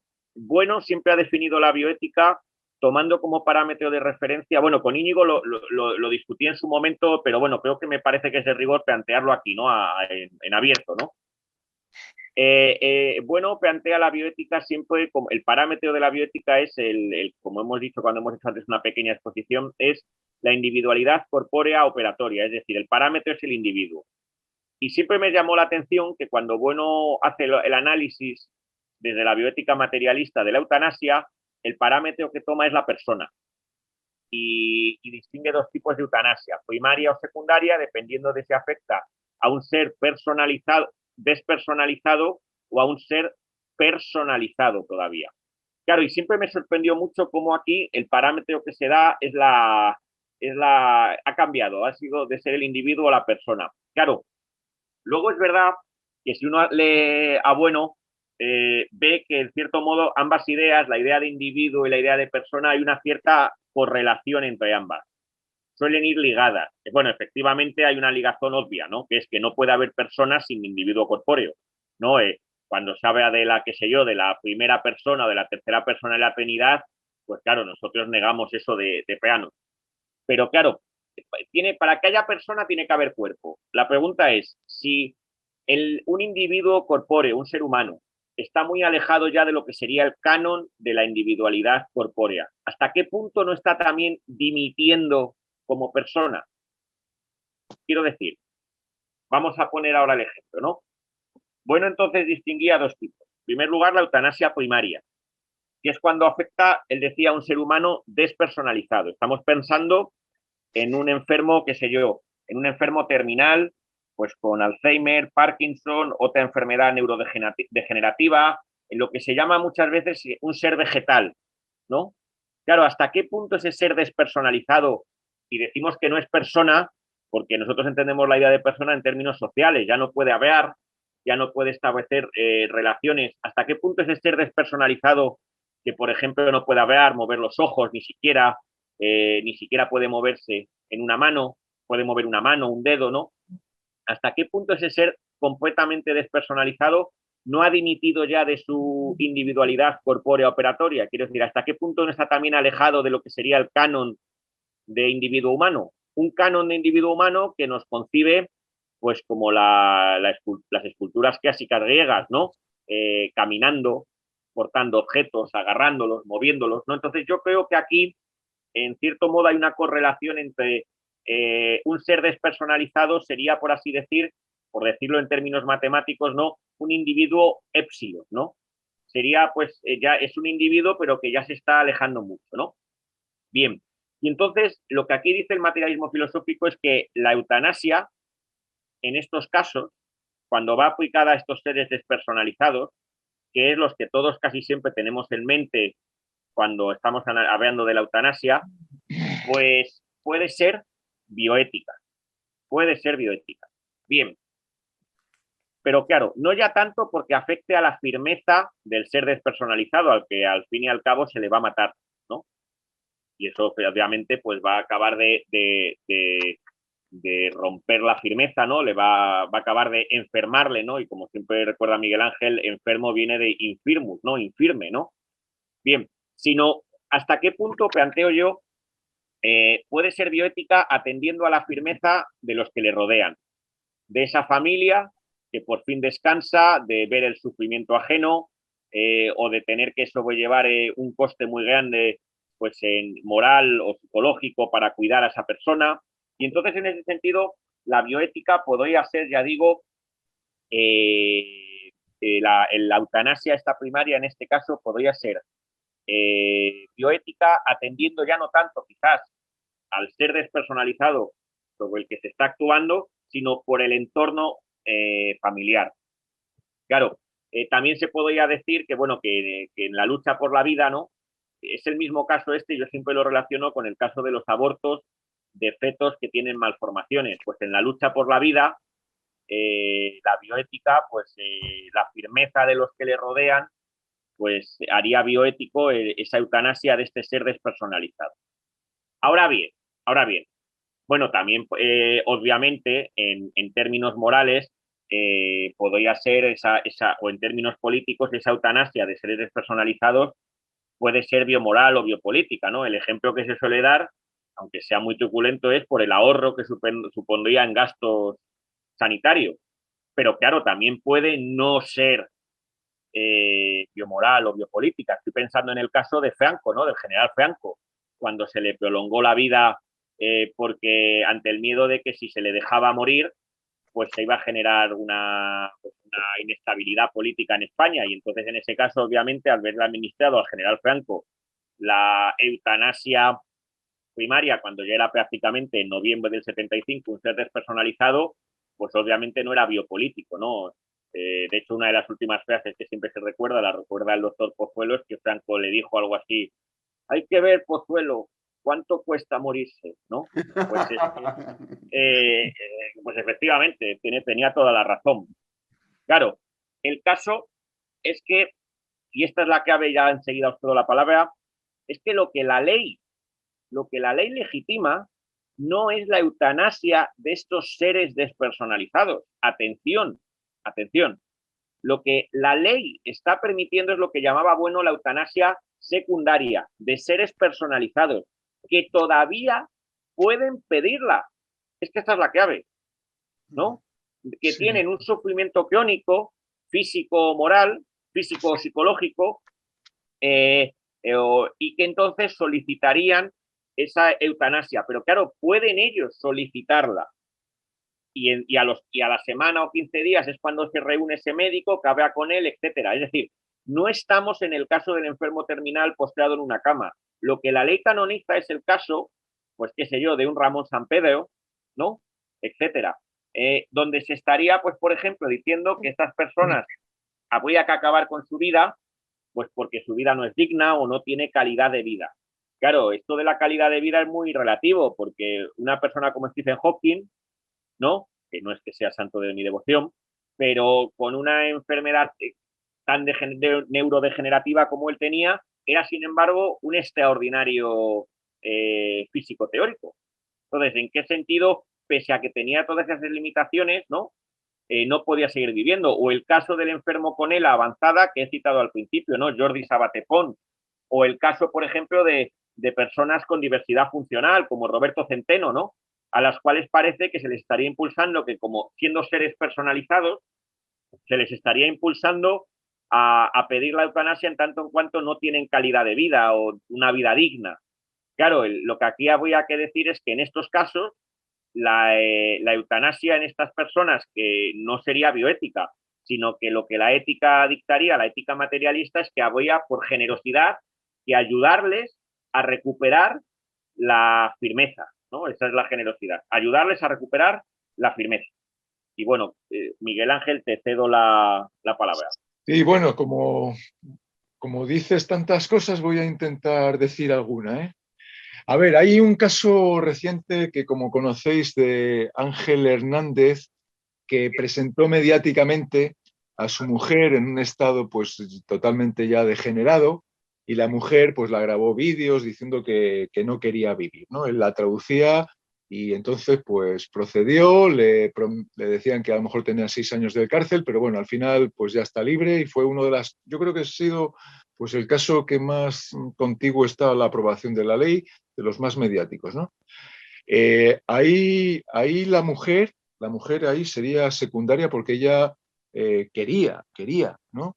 Que su marido pues la dispusiese a otra mejor vida. Pero en el caso que tú dices, que es más conflicto, en los casos que tú has enunciado de esta gente que no dice ni mu, que no dice ni mu, ahí sí que la ley, bueno, me parece a mí que es también bastante garantista, pues, porque el diputado, creo que es diputado Edmundo Val, dice que a ningún ciudadano pues, se le va a aplicar la eutanasia si está en esa situación y solo cuando él quiera, ¿no? Cuando él quiera. Entonces, pues, o sea que lo que la ley ha cambiado es sobre todo para estos casos en los cuales pues una persona pues quiere tal. Y con respecto a los seres despersonalizados, que tú has hecho ahí una exposición, igual que en La Rioja, en concreto en Santo Domingo de la Calzada, pues ahí hay un tema muy interesante que es el meollo de la cuestión, que es donde se ve que nosotros no solo somos seres éticos de una propia voluntad, sino que estamos incardinados totalmente en un grupo, ¿no? Y ahí hay un problema, creo que es un problemón, que no es lo mismo en una familia con recursos económicos que puede pues contratar pues una persona cuidadora o que tenga en su ciudad un servicio de ayuda a domicilio que lo garantice, y ahí intervienen un montón de modulaciones que sí creo que son muy importantes tenerlas en cuenta. Y son, a saber, Carlos, que hay familias, yo esto lo vi, que no cambiarían a su hijo síndrome, bueno, no síndrome de Down, que es otro caso, a su hijo paralítico cerebral, totalmente postrado en el suelo, que había que hacerle todo, no lo cambiarían por nadie. Es decir, que aunque posteriormente ese ser cayera en la despersonalización, que nosotros no sabemos lo que nos va a pasar, pues hay un grupo familiar o hay un grupo social, cívico, político, que hasta ahora me parece a mí que no es tan desconsiderado y tan digamos en este término, ¿no? Tan anticristiano, decir, pues va, un cuerpo y lo tiro. Y ahí es donde se ve todavía a lo mejor más la valoración del cuerpo humano, incluso aunque no hable, porque tampoco es que una tortuga o un galápago hable mucho, y sin embargo, pues hay gente que es feliz con sus galápagos o con sus perritos, aunque esto ya, bueno, ya es otro cantar, o con sus chimpancés. Creo que eso va a ser un... Ahí está toda la dialéctica. Ahí está toda la dialéctica, que no es lo mismo en un barrio rico, que a lo mejor los padres, los marquesones, lo trituran, vamos, pues proceden a esa eutanasia, y sin embargo, paradójicamente, en un barrio marginal como yo en algún caso trabajé, pues era un amor por ese cuerpo que progresivamente iba a caer en una degeneración, y que de verdad que quiero verles, porque fue en Salamanca, cómo estarán ahora. Ojalá pues estén vivos, porque es que es otra cosa muy interesante. Porque, ¿qué quiere decir esto? Que solo, claro, aquí está el valor de la vida. Aquí está el valor de la vida que muchos defienden. Es que habla mucho, es que canta muy bien, es que es casi como Plácido Domingo o como yo qué sé. Pero es que es mucho más curioso el tema humano. Que unos padres pobres, marginales, en una chabola casi, si me apura, y esto es verosímil, muy, o por lo menos yo he visto algo de esto, y sin embargo apuestan con el hijo, con todos los sufrimientos, que no son tontos, que también les gustaría ir en un yate, vivir en un casoplón, etcétera, y sin embargo hay un cuidado, un ir más allá de esta inmanencia de este ciudadano antes referido, del ciudadano cerdo satisfecho que quiere estar todo el día viendo la Sexta o la Quinta o la isla esta, y hay una apuesta. ¿Y qué quiere decir esto? Pues que yo creo que hay que defenderlo, porque igual que otros tienen pues chalés, yates, y van por ahí todo el día pues con sus champán, y encima lo tiran por ahí y viven en el lujo, según ellos. ¿Por qué no? ¿Por qué no en un vitalismo, ¿no? Que a mí me produce incluso mucha más, más sabiduría de la vida, digamos, más iluminación de gente que en una situación tan fatídica para nosotros apuestan por un cuerpo hasta su último momento. Eso a mí me parece, sinceramente, a estas horas, que es lo más poético, entendedme lo que quiero decir, lo que de alguna manera es un canto a seres que lo dan todo, no como nosotros que, bueno, ahí en la psicología social uno estudia por qué nos gustan las parejas, pues atractivo físico, atractivo social, el pecuniario, etcétera. Es decir, sería el contraejemplo más distinto a esta sociedad de mercado, más que solo quiere dinero, ¿no? Y tan distinto, por ejemplo, a un Spinoza, a un Eric Fromm o a tanta gente de los barrios, ¿eh? Miguel Ángel, una cosa sí que matizaría, ¿no? Que a lo mejor no se me ha podido entender bien, y me parece que es interesante, ¿no? Que además es una cosa que tú y yo hemos discutido a veces en privado, ¿no? El caso Sí. que has planteado, que tú mismo pues has podido ver en tu ejercicio, ¿no? Me recuerda a mí también al de, que sé yo, al de la pareja que sabe que va a traer a la luz un feto que está quejado de algún tipo de malformación, y Sí. decide seguir adelante, ¿no? Efectivamente, eso demuestra una firmeza ética por parte de la pareja, que es pues para quitarse el sombrero.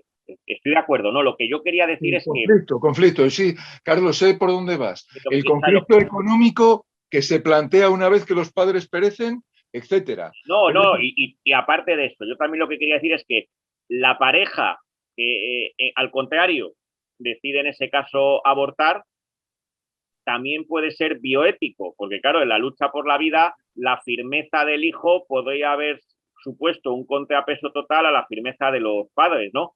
Es el esto. caso este, ¿no? Que es decir, que lo que sería de rigor es que el Estado, ¿no? Pues permitiera dar ayudas para que aquellos padres que quieran, por ejemplo, seguir cuidando a su hijo parapléjico cerebral, lo puedan seguir haciendo hasta el límite de sus fuerzas, ¿no? Y no Y se vean es más, llamados a hacer... Carlos, perdonadme, y es más, creo que el Estado, igual que uno trae hijos a esta vida y se arriesga a que pueda pasar eso, en gente que, por ejemplo, pues tiene hijos y quiera pechugar con eso, el Estado tiene que responsabilizarse en eso, y a lo mejor quitar de ciertas partidas del Congreso de los Diputados o de los funcionarios o de muchos empresarios que tienen un montón de bienes y que a lo mejor pues no es en ayuda, digamos, humana. Creo que es un compromiso que es verdad que es cargarle el muerto, decimos nosotros, ¿no? Pero también es otra dimensión que hay que estudiar. Es decir, que lo que no puede ser un Estado. O sea, yo te traigo hijos y luego no me los mantienes, ¿no? Porque quieres que traiga el hijo, ojos azules, ojos negros aquí en España o como sea. No, no. Creo que ahí hay una falta, o creo que hay que hacer un diálogo social de conseguir lo que ya, por supuesto, yo lo he visto también, en ciertas organizaciones hay un cuidado y una atención de estos cuidadores, educadores, que eso no se ve. Eso no se ve. Se ve siempre, bueno, las patochadas de los señores de relieve, pero no se ve el desgaste emocional que lleva esta gente, los padres. Igual que uno tiene pues aficiones perversas como puede ser el alcoholismo, si es que lo son, no para todos, pues ¿por qué no defender en una sociedad que unos padres, padre, madre, lo que sea, han apostado por un hijo, les ha salido así y dicen, yo quiero tener un hijo. ¿No queríais tanto vitalismo nietzscheano? Pues a la toma. Y creo que es también es un conflicto ético-político y que el Estado, el nuestro, tiene, y yo creo que lo da, y eso me parece que es algo que nos tiene que mantener, no una esperanza, sino decir, bueno, pues todavía se hacen cosas. Eso creo que es muy positivo. Ahora, si se mejorara todavía, mejor. Bueno, pues yo no sé, vamos a ver, habéis dicho prácticamente todo lo que me parece relevante decir, quizás más o menos, vamos, enfatizar de nuevo, repetir, pues esa distinción entre eutanasia primaria y secundaria. Vamos a ver, Carlos ha citado el problema, que es un problema que él se planteó efectivamente y que en Santo Domingo de la Calzada y que yo discutí con él en aquellos días también, largo y tendido, de la inconmensurabilidad entre la idea de individuo y la idea de persona, efectivamente. Y entonces, claro, el canon de la individualidad corpórea, para decirlo brevemente, en nuestra cultura, en el área de difusión helénica, pues es el canon de Policleto, lo más asimilable, ¿no? Que es el canon de las 9 cabezas, etc. Claro, pero el canon de Policleto sí es el canon de la individualidad corpórea, pero es un canon de la individualidad corpórea que está asociado necesariamente a una institución cultural como es una lanza, por ejemplo. Entonces, quiero decir que el individuo y la persona no son escalas separables, aunque lo sean disociables. Aquí está la cuestión, ¿no? Y entonces, efectivamente, un individuo que está completamente despersonalizado, pues entonces cuenta, yo creo que muy poco desde el punto de vista ético, me parece, vamos, al límite, claro, un límite asintótico que no siempre se da, por supuesto, y de hecho es muy difícil que se dé. Por ejemplo, vamos a ver, estoy pensando concretamente en un caso que cité antes, bueno, un diagnóstico que además se asocia a un caso reciente, del 2005 creo, 2006, que en Estados Unidos una mujer llamada Terri Schiavo, que la acabaron desconectando con harto escándalo para sobre todo los círculos de más cristianos, conservadores o lo que sea, que tenía lo que se llama el síndrome, tenía un estado vegetativo persistente, que dicen los médicos. Un estado vegetativo persistente, por supuesto, que puede deberse a etiologías muy diversas, desde accidentes cerebrovasculares hasta traumatismos encefálicos, etcétera, y en el que lo característico del estado vegetativo persistente es que, por supuesto, se ha perdido el control de toda la musculatura estriada, sigue el control, en cierto modo, sigue los impulsos automáticos, los reflejos de la musculatura lisa, eso sí. Los ritmos circadianos continúan de sueño y de vigilia. La función cardiovascular y la función respiratoria también continúan, como funcionan también la función metabólica y la endocrina, pero y los automatismos del tallo encefálico, pero nada más, pero propiamente pues no hay ni siquiera movimientos oculares conscientes, como ocurre, por ejemplo, en el llamado, otro caso muy interesante, el lock-up síndrome, ¿no? Donde todavía se ha perdido el control de toda la musculatura estriada de contracción voluntaria, pero sin embargo las funciones cognitivas siguen completamente iguales, ¿no? Y los pacientes pueden mover los ojos. En el estado vegetativo persistente no hay actividad cognitiva, etc. Entonces, ¿qué ocurre con esto? Pues esto ocurre, pues es un sujeto despersonalizado a tal nivel en el que realmente el dictamen bioético y biomoral, ahí lo que tienen que tener en cuenta es la familia, fundamentalmente, porque al propio paciente le da lo mismo, vamos, ni aquí paz y después gloria, ni siente ni parece en absoluto. Y entonces, claro, lo que muchas veces se tiende esto ya por parte tanto de los defensores como de los que defienden o atacan o ese tipo de eutanasias, pues a recubrir la discusión con conceptos enteramente metafísicos, como ya es necesario que descanse. Bueno, la muerte no es un descanso, en absoluto, vamos. Decir que la muerte es un descanso es una metáfora impropia por completo, vamos, no hay descanso posible. La muerte, es otra cosa, un conjunto de procesos que conducen a la transformación de un organismo en un cadáver. No hay un tal descanso, ni tampoco es para que pasen la mejor vida, simplemente los matas. Pero luego está la eutanasia secundaria, que efectivamente es la que es objeto de esta ley realmente y de otras leyes parecidas y de otras discusiones, en las que el paciente, porque en una eutanasia primaria nadie puede pedir, un sujeto despersonalizado, como ha dicho Carlos, no puede pedir la eutanasia. Para eso estaría personalizado, ¿no? Salvo, puede pedirla en un testamento vital, pero en el testamento vital, claro, la paradoja se produce, que es que cuando haces el testamento vital estás personalizado y estás poniéndote proyectivamente en la situación de que no lo estés. Es la trampa, ¿no? Y entonces, en la eutanasia secundaria, pues aquí se produce el problema, ¿no? La eutanasia secundaria se produce con respecto a sujetos que están personalizados y que entonces lo que piden es que el médico las mate o lo que sea. Y entonces eso ya es un terreno donde realmente aparecen los conflictos éticos y morales, etc. Y luego quiero recordar otra cosa que tiene que ver con otra, porque Carlos Madrid se ha referido al libro de Gustavo Bueno, que es La bioética, que es uno de los lugares donde Gustavo Bueno trata de este asunto, junto con el sentido de la vida, la lección correspondiente, etc. Pero en el sentido de la vida además se habla también de la eutanasia procesal, que es otro contexto muy bonito de la eutanasia, etc.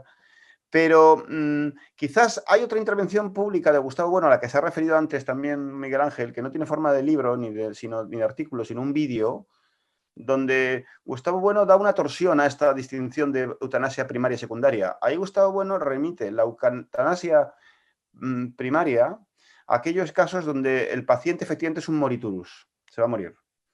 Mientras que la eutanasia secundaria, tal y como trata la distinción en ese otro lugar, en ese otro contexto, se refiere a casos en los que el paciente no es un moriturus, no tiene por qué serlo.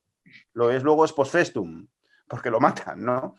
Y entonces, claro, una cosa es facilitar la muerte y otra cosa es ya directamente quitar la vida, ¿no? Esa es porque en el primer caso el moriturus se va a morir, por supuesto, mientras que en el segundo caso no cabe pensar que el sujeto enteramente personalizado va a morirse, pero sin embargo se muere por las operaciones que tienen lugar desde su entorno, ¿no? Ahí plantea esas dos situaciones que son también pues, muy pertinentes, me parece.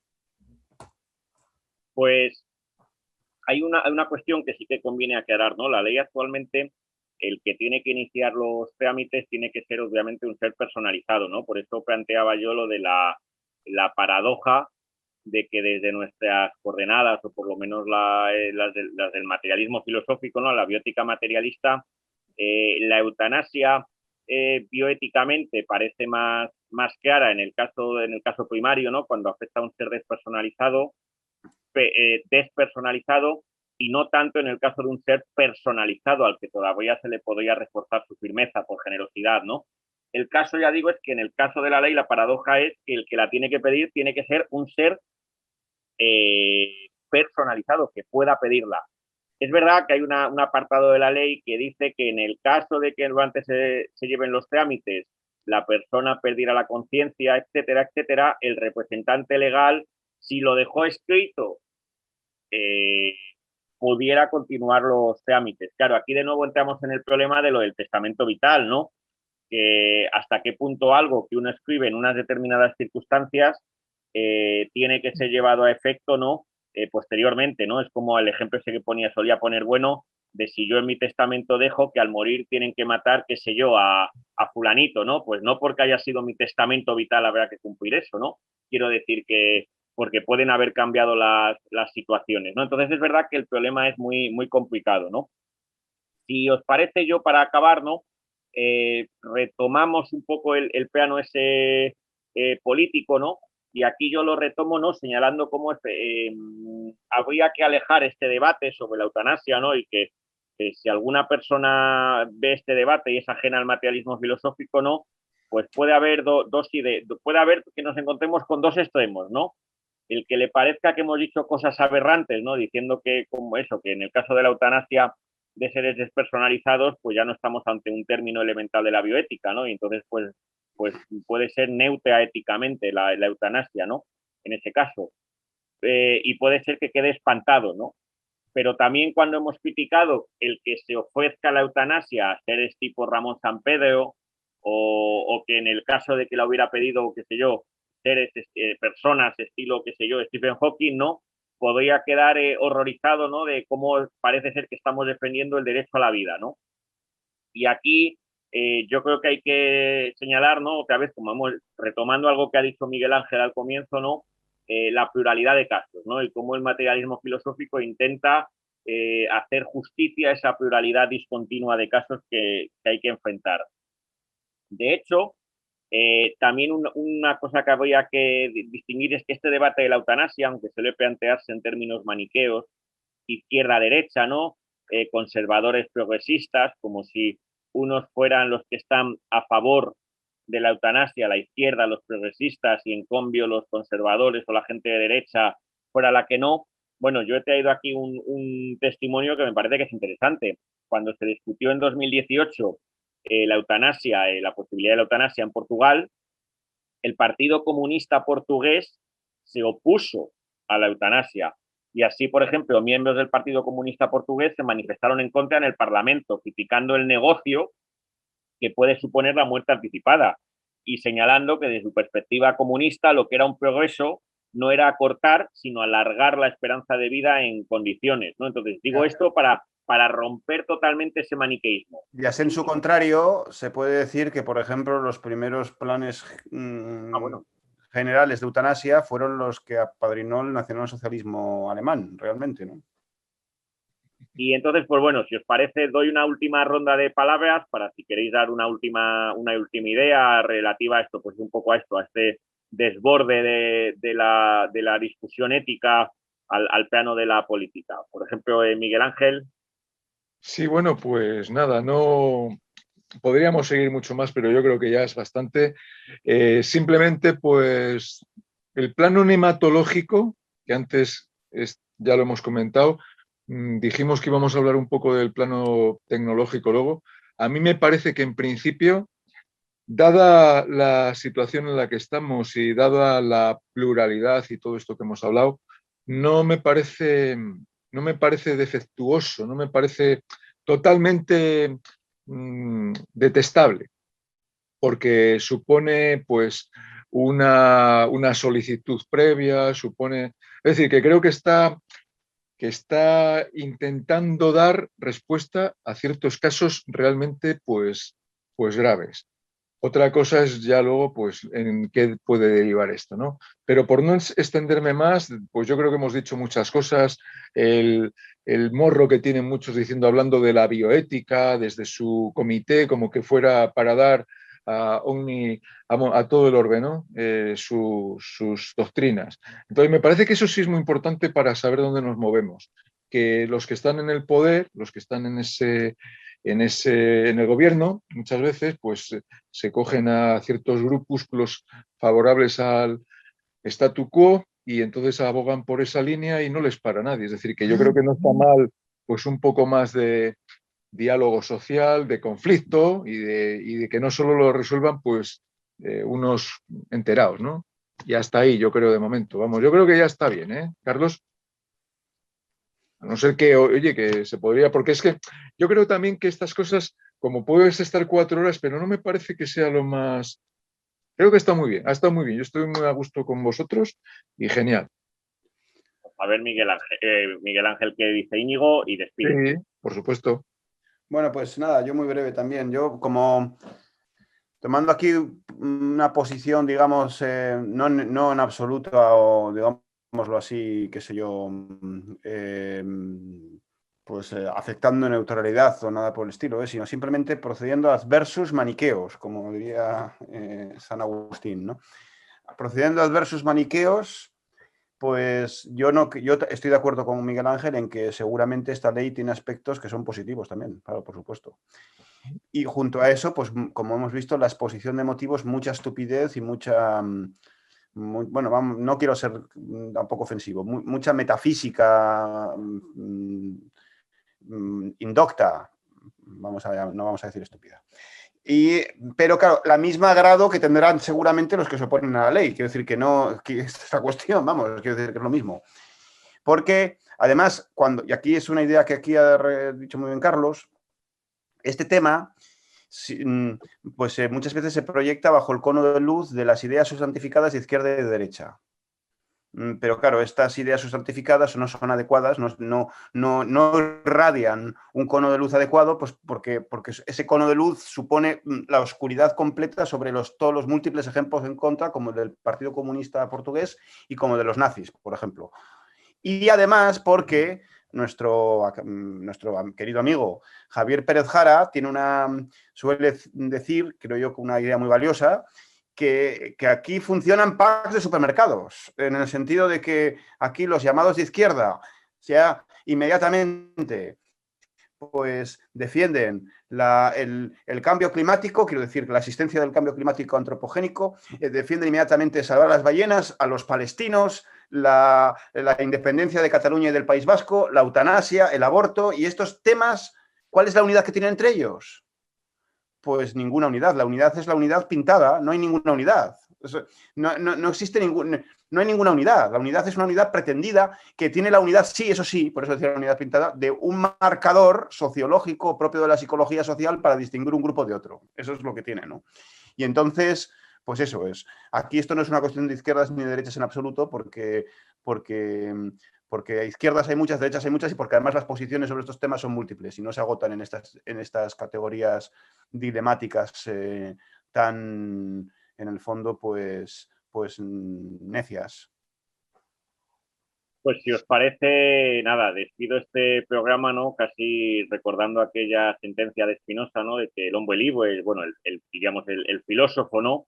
En nada piensa menos que en la muerte, ¿no? Y que pareciera que hoy la hemos conculcado, ¿no? Aunque en cierto modo estamos pensando desde dentro, ¿no? Desde la vida, ¿no?